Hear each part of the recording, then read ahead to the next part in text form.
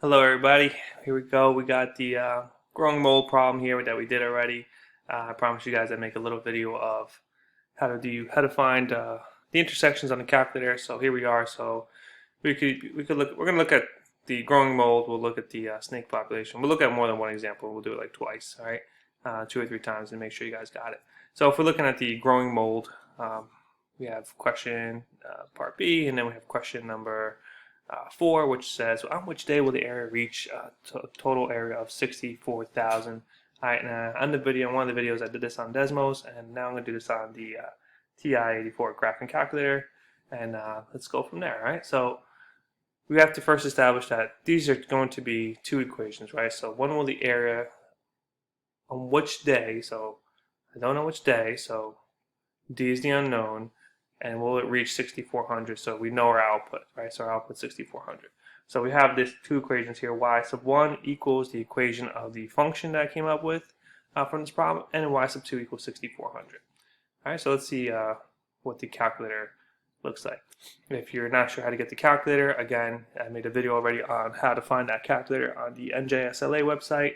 I think that's a pretty fair calculator to use right now. If there's another site, I'll be more than happy to share with you guys. Alright, so I'm going to pause the video for a second and go to that link and then start the video up again. Alright, so I'm on the link now. This is the graphing calculator on the NJSLA link. Alright, and once you get to where it's supposed to be, you get here, and then we'll start from there. Alright, so you're here. You're going to go to y sub 1. You're going to put the function in.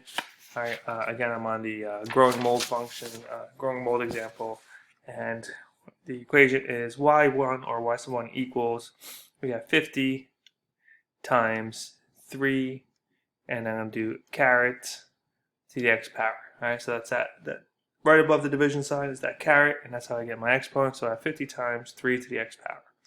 And then I'm going to go hit down on my calculator here on the directional pad, and I'm going to put my second equation in there, which is 6400. So I know that the first equation is going to be exponential. The second equation is going to be linear. It's going to be a horizontal line, and they're going to intersect somewhere. All right, so how do I find where they intersect? All right, so right now, if I just graph nothing, you're not going to see enough information, okay? You're not going to see the second equation of y equals 6400 because my window is only going up 10 units. All right, so that brings me to this piece here. I'm going to the windows. All right, you can leave -10. You can leave the x min alone. The x max, I think 30 is, for these problems is going to be more than enough for the majority of these problems. And if you have to change it, you change it, but I would just default to 30 for now. And the y max is going to be the big one. So right now it has a y max of 10. You know y sub 2 is going to go to 6400, so I need to reach at least 6400. So let's put anything bigger than 6400. I'm going to put 7000 just to give myself a little extra room in the window. All right, you don't need to go to 10,000, 20,000, 30,000, just a little bit over is fine. And then hit graph and see if you can see, make sure you can see both equations. All right, so here's my blue line, the exponential function. Here's the red line, the horizontal function. All right, perfect. So now they are intersecting somewhere. Okay, so where do they intersect? And we'll let the calculator do the work here. Okay, so right next to the graphing button is a trace button, and then right above it says in blue calculate. So I need to access that function of calculate. So hit the blue button first. So second, calculate. Comes up with this window, value 0, min, max, intersection is number 5. So just if you just push number 5, it'll go right to that number. And that brings you right back to the curve. All right, so now you're right back at the curve, and now it says, if you look at the bottom left, it says first curve question mark. I'm going to hit enter. And second curve question mark, enter again. And then guess, enter one more time. And then intersection 4.41. And y is equal to 6400. So that would be your answer for this question. Let's look at one more. The next one we did was the snakes population. All right. If I just go back to here and I find the snakes population somewhere. Studying snakes. Okay, so we have our equation somewhere down here. Let's scroll down a little bit. All right, so we have the equation, P of t equals 1 times 5 to the t, or you can just use P of t equals 5 to the t power. And now we got to find our intersection here. So again, finding our intersection. When will it reach 1500? So again, we have our y sub 1 is equal to 1500, and y sub 2 is equal to 5 of t, 5 to the t power. So 1500 and 5 to the t power. Alright, so we got this. So I'm going to go back to y equals clear, and clear this one out too. Why not? So I have 5 to the t power. I'm going to put x instead of t. Okay, so I want you to use x instead of any other variables.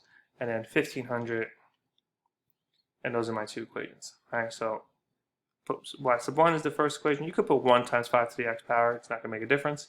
Alright, but 5 to the x power is sufficient enough. And then y sub 2 is 1500. So, window. Min, negative 10. Max, 30. Cool. Min on the y value, negative 10. Maximum, okay, let's change that. I don't need 7,000 anymore. It said y 1500. So I'm just going to do 2,000. It's a little bit more than 1500. Fair game. And then I'm going to hit graph. And I see both lines there. And they're obviously intersecting. Where are they intersecting? Okay, so again, I need to get the calculate button here. So I'm going to hit trace. I'm going to hit second and then trace. Brings up the calculate menu. I'm going to press the number 5. And it's going to bring me to this menu here.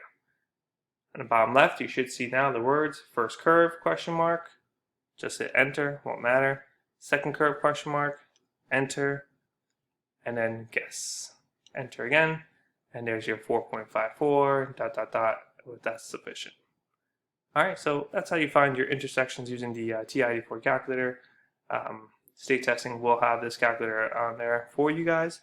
Alright, and if you have another link that you can access this calculator a different way, I'd love for you guys to share.